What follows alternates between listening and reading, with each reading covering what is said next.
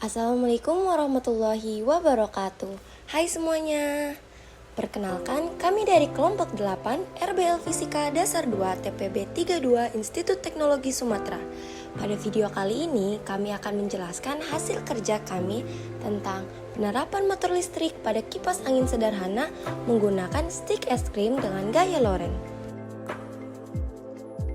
Anggota kelompok 8 yang beranggotakan saya Adelia Rizkuna dengan NIM 122190051 dari Program Studi Teknik Industri. Saya Rio Prayoga dengan NIM 122400025 dari Program Studi Teknik Telekomunikasi. Saya Fiona Dewi Prameswari dengan NIM 122360024 dari Program Studi Teknik Material. Saya Rahmat Hidayat Panggabean dengan NIM 122190044 dari Prodi Teknik Industri.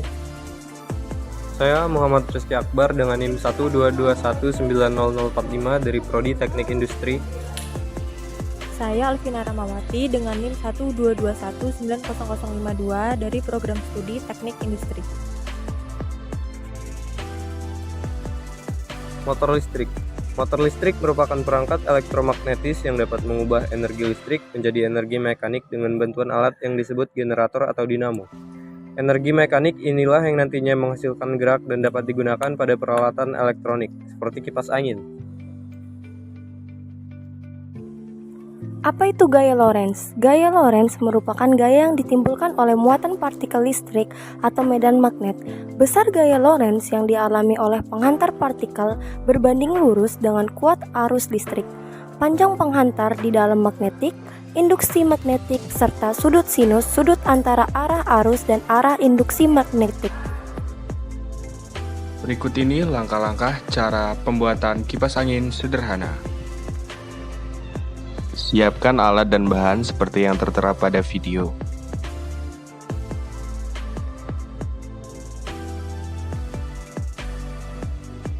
Pertama, gunting kardus dengan ukuran 30x30 sebanyak 2 kardus.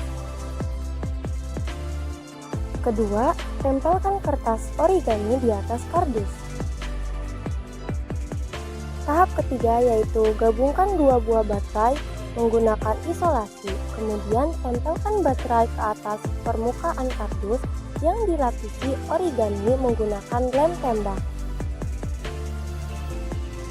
Tahap keempat, rakit 4 buah stik es krim dan tutup botol menggunakan lem tembak, lalu tempelkan.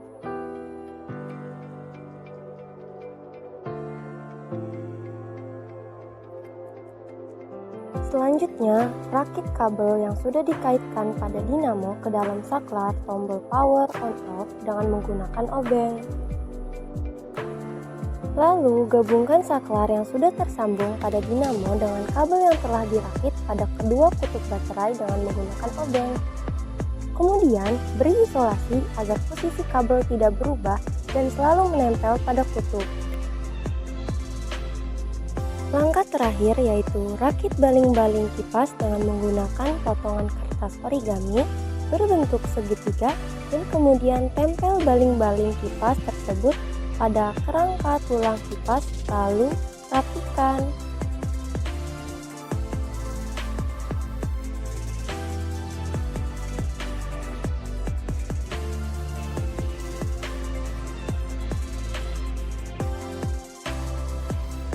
Inilah hasil kipas angin sederhana yang kami buat.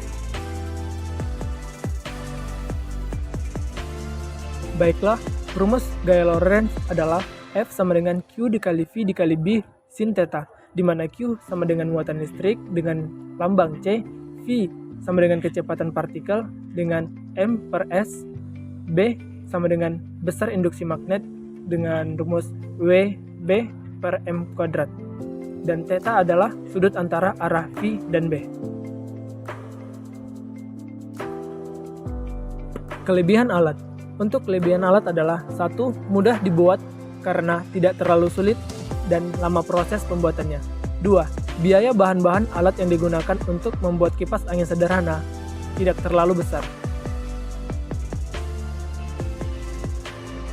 Kelemahan alat. Untuk kelemahan alat adalah 1. Sangat rentan atau mudah rusak jika dibawa atau digunakan terus-menerus.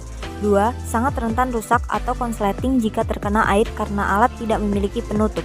3. Baterai tidak tahan lama dan harus mengganti baterai jika daya baterai sudah habis. 4. Angin yang dihasilkan tidak terlalu besar jika dibandingkan dengan kipas elektronik modern.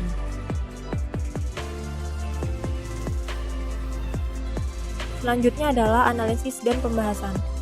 Alat ini menerapkan hukum gaya Lorentz yang merupakan gabungan antar gaya elektrik dan gaya magnetik pada suatu medan elektromagnetik.